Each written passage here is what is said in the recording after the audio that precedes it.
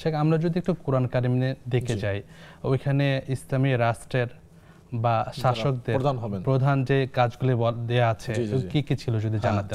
সূরা হজ্জে এসেছে। জি জি, সূরা হজ্জে আল্লাহ তাআলা বলছেন, আল্লাযীনা ইম্মাক্কান্নাহুম ফিল আরদি আকামুস সালাতা ওয়া আতাউজ যাকাতা ওয়া আমারু বিল মা'রুফ ওয়া নাহাউ আনিল মুনকার।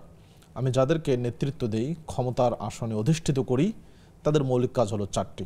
কোরআন বলছে, প্রথম হলো যে তারা সালাত প্রতিষ্ঠা করবে জাতীয়ভাবেই, এবং এই কাজটি একটা জাতীয় কর্মসূচি। সবাইকে, মুসলিম যারা, প্রাপ্তবয়স্ক যারা, তাদের সকলকে সালাত পড়তে হবে, রাষ্ট্রীয় আদেশ। এর ব্যত্যয় ঘটানো যাবে না। এটা একজন শাসকের প্রধানতম দায়িত্ব। কিন্তু দুর্ভাগ্যজনকভাবে হলো সত্য, এটা যে একটা দায়িত্ব, এটা আমরা কেউ জানিও, অনেকে জানি না অথবা মনেই করি না। তিনি মুসলিম শাসক। এখন প্রশ্ন হলো যে জাতীয় উন্নতির ক্ষেত্রে সালাতের ভূমিকা কি? যদি এটা আলাদা টপিক, আমি খুব ছোট্ট করে বলি। আল্লাহ তাআলা পবিত্র কোরআনের জবাব দিয়েছেন। আল্লাহ বলেন, ইন্নাস সালাতা তানহা আনিল ফাহশাই ওয়াল মুনকার। বেহায়াপনা, অশ্লীলতার রক্ষা করার জন্য সালাত হলো সবচেয়ে বড় হাতিয়ার। আমাদের সমাজে আজকে যে আমরা বেহায়াপনার জন্য, অশ্লীলতার জন্য যে বিভিন্ন প্রশাসনিক পদক্ষেপ গ্রহণ করা হচ্ছে, বিভিন্ন ক্যাম্পেইন করা হচ্ছে, এত টাকা পয়সা আপনারা খরচ করছেন, এগুলো বাদ দিয়ে আপনি সালাত কায়েম করেন, দেখেন আপনারা যা করছেন তার চেয়ে বেশি ফল পাবেন নিঃসন্দেহে। কাজেই এই দৃষ্টিকোণ থেকে সালাত জাতীয় উন্নতির ক্ষেত্রে অন্যতম সহায়ক হিসেবে কাজ করবে।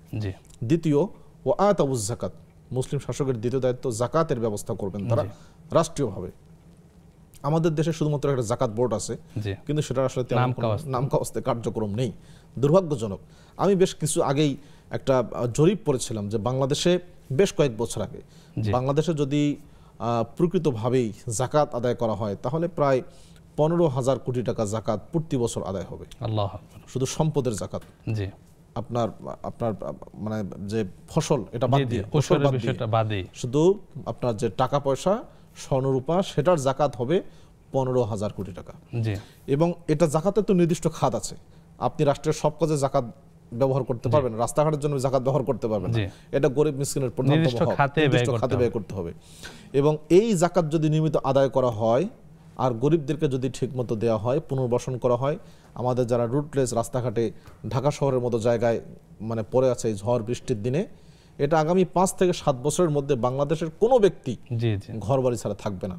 সবার ঘরবাড়ি হবে, সুন্দর মতো তারা জীবনযাপন করতে পারবে। আমরা সমাজে যেটা দেখতে পাই, দুটা প্রান্তিক শ্রেণী, যারা ধনী, অনেক ধনী, আর যারা নিঃস্ব, একেবারে নিঃস্ব। এই মধ্যকার যে ব্যবধান, এটা নিঃসন্দেহে বিমোচিত হবে এই যাকাতের মাধ্যমে। এটা মুসলিম শাসকদের দ্বিতীয় দায়িত্ব। তৃতীয় দায়িত্ব আমারু বিল মা'রুফ। যে কোনো সৎ কাজ, রাষ্ট্রের কল্যাণে হোক, ধর্মীয় কল্যাণে হোক, যে কোনো সৎ কাজের তারা ব্যবস্থা করবেন, সৎ কাজের আদেশ তারা করবেন, সমাজে প্রচলন করবেন। 4 নম্বর, নাহাউ আনিল মুনকার। যে কোনো অসৎ কাজ, সেটা রাষ্ট্রের ক্ষতি হোক, ধর্মীয় ক্ষতি হোক, ব্যক্তি, সমাজ, পরিবারের যার ক্ষতি হোক না কেন, তারা এই সকল সমস্ত অন্যায়ের বিরুদ্ধে ব্যবস্থা গ্রহণ করবেন। এটা হলো রাষ্ট্রের দায়িত্ব। কিন্তু আমাদের প্রশাসনিক দায়িত্বটা কি? সমাজ অপরাধ হচ্ছে, পুলিশ সেখানে যাবে না, আপনি কেস করবেন, তারপর পুলিশ সেখানে যাবে। এটা কিন্তু ইসলামী প্রশাসনের রূপরেখা এরকমটা নয়। ইসলামী প্রশাসনে কেস করা লাগবে না, প্রশাসন নিজের থেকে সেখানে যাবে, গিয়ে সেই অন্যায় অপরাধ বন্ধ করবে। এটা ইসলামী প্রশাসনের নিয়ম আর কি। কিন্তু আমাদের যাই হোক, তো মৌলিক হলো 4টা কাজ: সালাত কায়েম করা, যাকাতের ব্যবস্থা করা, ভালো কাজের আদেশ এবং অসৎ কাজের নিষেধ, এর ব্যবস্থাপনা করা। তাহলে জাগতিক উন্নতিও হবে, ধর্মীয়, বৈষয়িক, আপনার পরকালীন সামগ্রিক উন্নতি একটি জাতির হবে, যদি মুসলিম শাসক এই 4টা দায়িত্ব মৌলিকভাবে পালন করে থাকে।